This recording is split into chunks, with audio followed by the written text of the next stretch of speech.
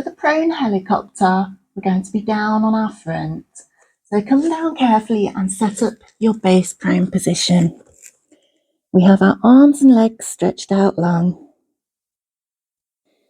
Engage your core, stabilize the shoulders, and breathe deeply into the rib cage. When you're ready to exercise, take a breath in to prepare. As we breathe out, we're going to stretch opposite arm and leg, lengthen and squeeze to lift. Breathe in, hold it here, but take the arm and leg out on the diagonal. Breathe out back to center. Breathe in to release. And then we'll give it a go on the other side. Breathe out, stretch, squeeze to lift. Breathe in, open on the diagonal. Back into center. And release back down to the start position. Let's keep alternating the sides. There's the 4 actions. Breath out, lift. Breathe in, open. Breathe out to close. Breath in, release. Move smoothly.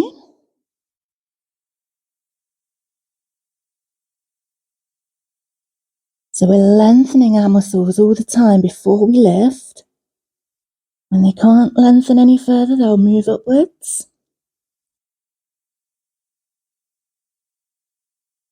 And we're moving in time with our breath all the way through.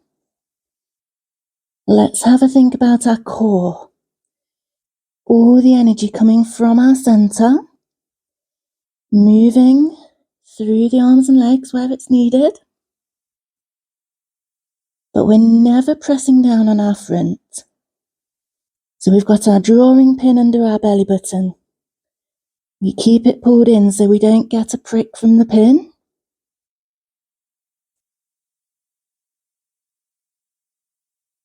And then we think about our pelvic stabilization. So we don't want to be rocking and rolling or twisting. We have a spirit level across the back of the hips to make sure they stay level throughout. So if you feel any pressure change under the front of either hip, then we need to do a little bit more core and keep those hips pressed down evenly. So you might need to adjust how far that you open out diagonally.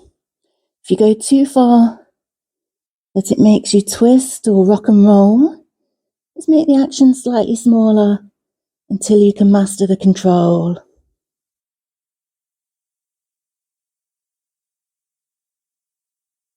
And we also want to think about our shoulder stability. Are the blades pulled down into the V shape, into your back pockets all the way through? Especially as you lengthen and lift the arm, we're not shoving the shoulder forward. We're keeping the shoulder in place and using our energy to create that length and lift, holding the shoulder in place. So you want to make the actions as smooth as possible. Keep the flow going until you've done both the sides evenly.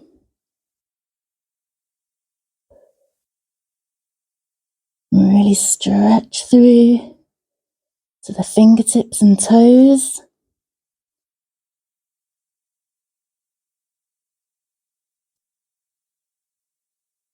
And when you do come to the end, take a moment to release and recover. If you need to make adaptations, if the shoulders won't let you have the arms up, you can do just the legs by releasing the arms. You might want to put a block under your forehead to make sure the back of the neck stays long. You can do the same leg action. Just make sure no wibbly wobbles. Use the core, pelvic stability. Keep it in time with the breathing.